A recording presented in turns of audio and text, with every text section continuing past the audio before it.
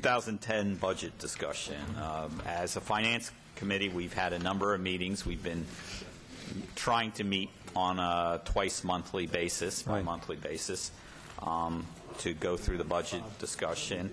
And we wanted to bring this back to the board to have a review tonight and a discussion to show where we're at and then get feedback as well.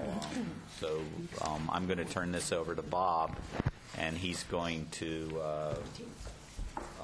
give us a presentation on where we're at with the budget. Bob, I'm going to do the talking points, Okay. and Bob will. Sorry. That's that's fine. That's okay. And Bob is going to be my Cecil B. DeMille over here. Okay.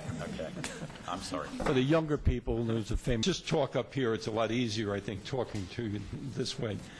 Go ahead, Bob. You can. I don't even think we need the lights off. I think we're okay with it.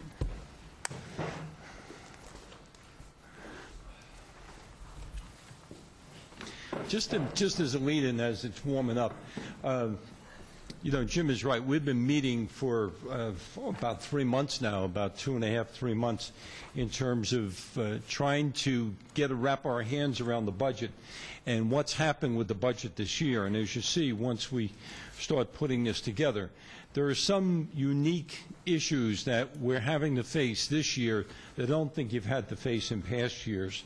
And that's really caused a wrinkle in how we're putting this budget together. So what I want to do is I want to just start with this presentation, and we're going to start talking about where we started as an administration and getting this budget in shape and starting to bring it to the Finance Committee and where we are right now and where we need to go. What are the next steps from that? Bob, the next one. We started out, and if you remember, I'm not sure I need the lights off. You can keep them on. Right? I think, can you pick that up okay in the camera? All right, go ahead. Put them off. All right. And we've talked about this before. When we started out, before we ever put any dollars down next to any program or any item, we said, well, what is it we want the budget goals to do for the budget to do for us? First, we want to maintain existing program. We want to preserve class size at current levels. This next one is not really a goal, but more just a variable that we had to anticipate. What was the enrollment growth going to be? And we anticipated flat enrollment with that. And as you saw tonight with the demographics report, that was supported. We want to continue the capital maintenance long-range plan. There are a number of things the district has identified. We want to make sure we built in dollars to address that. With fund staffing needs for the revised schedule at the high school. I know that the board started last year taking a look at a plan potentially to change the way we operated the schedule here at the high school. We heard a presentation earlier in the year about that as well. So we wanted to make sure we could build the funds in necessary to do that. We anticipated increased costs, special needs, special education programs. We were looking to see current health benefit coverage through less expensive providers. That was a goal. Can we somehow, you know, cut back in our cost in that area? Plan for the impact of regular education preschool. We dealt with this just a couple of months ago, and we built that into our planning.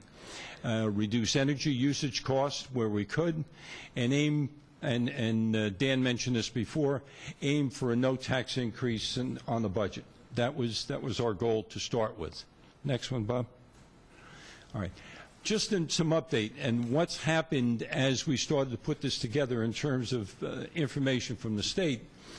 We've received no guidance from the State Department of Education at all. There are no budget guidelines that have been issued.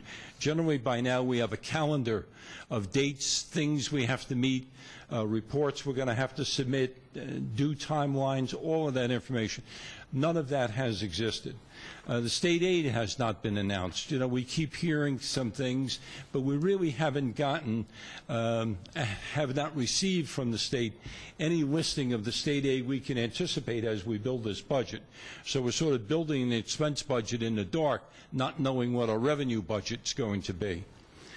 And you all know this now, the governor has delayed his budget address until March 10th. It used to be in January, I think, at the end of January, then it was into February. Now we're looking at March 10th, even before the address is given.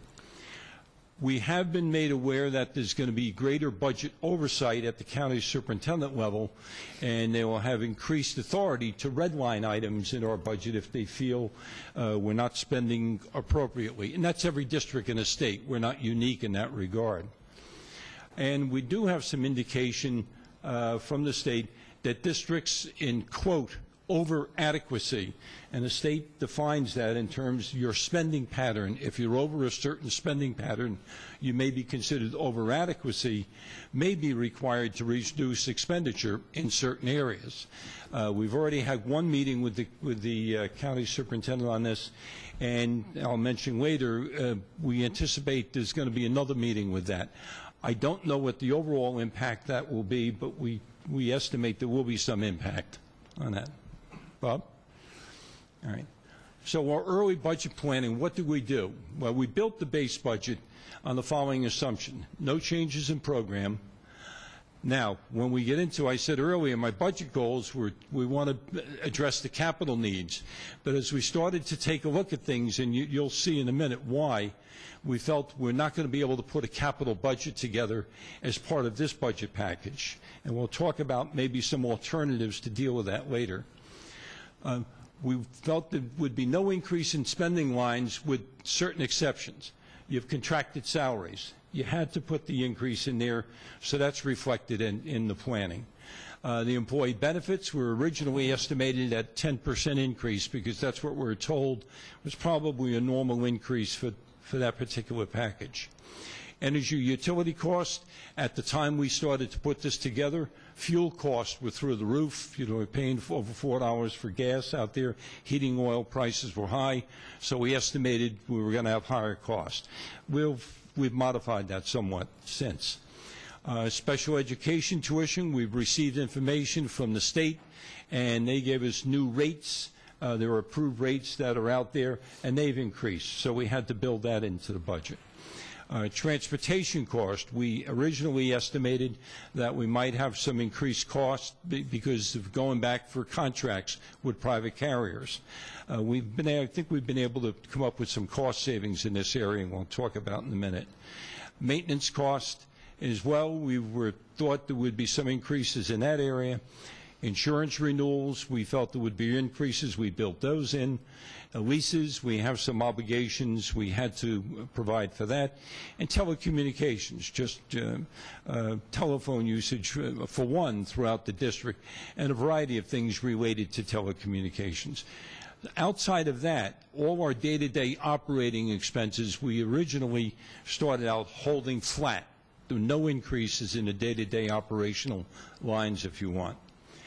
That generated a budget expense of about $69.3 million. The next slide shows you where we started to run into the problem. The state has a cap formula, and a cap, very simply, is a lid. That's by definition. It's a lid you put on your spending. In this case, they put the cap on the local tax levy, and they said your local tax levy cannot increase more than 4%. That allowed us, our budget, to increase to $61,937,000, almost $62 million. If you add in all the other issues, all the revenues we might get, tuition, transportation fees, miscellaneous revenues from interest income and things of that nature, and state aid that we anticipate getting, whether it's guaranteed getting or not, we don't know. But the anticipation, our budget would come to $67,365,000. That is the cap. We cannot exceed that number. Well, if you look down below in the little bullet, just to get the cap, we have to reduce $2.4 million from the spending plan I just outlined in brief on the previous slide. I mean, we obviously have a problem in terms of we've generated a budget that anticipates spending of about $69.3 million. We're only allowed to go to $67.3 million. Just to get the cap, I have to get down to $2 million reduced. If I go to a zero increase, which was our goal to start with, I have to take out $4.4 million out of the proposed spending plan just to get to that point. Bob?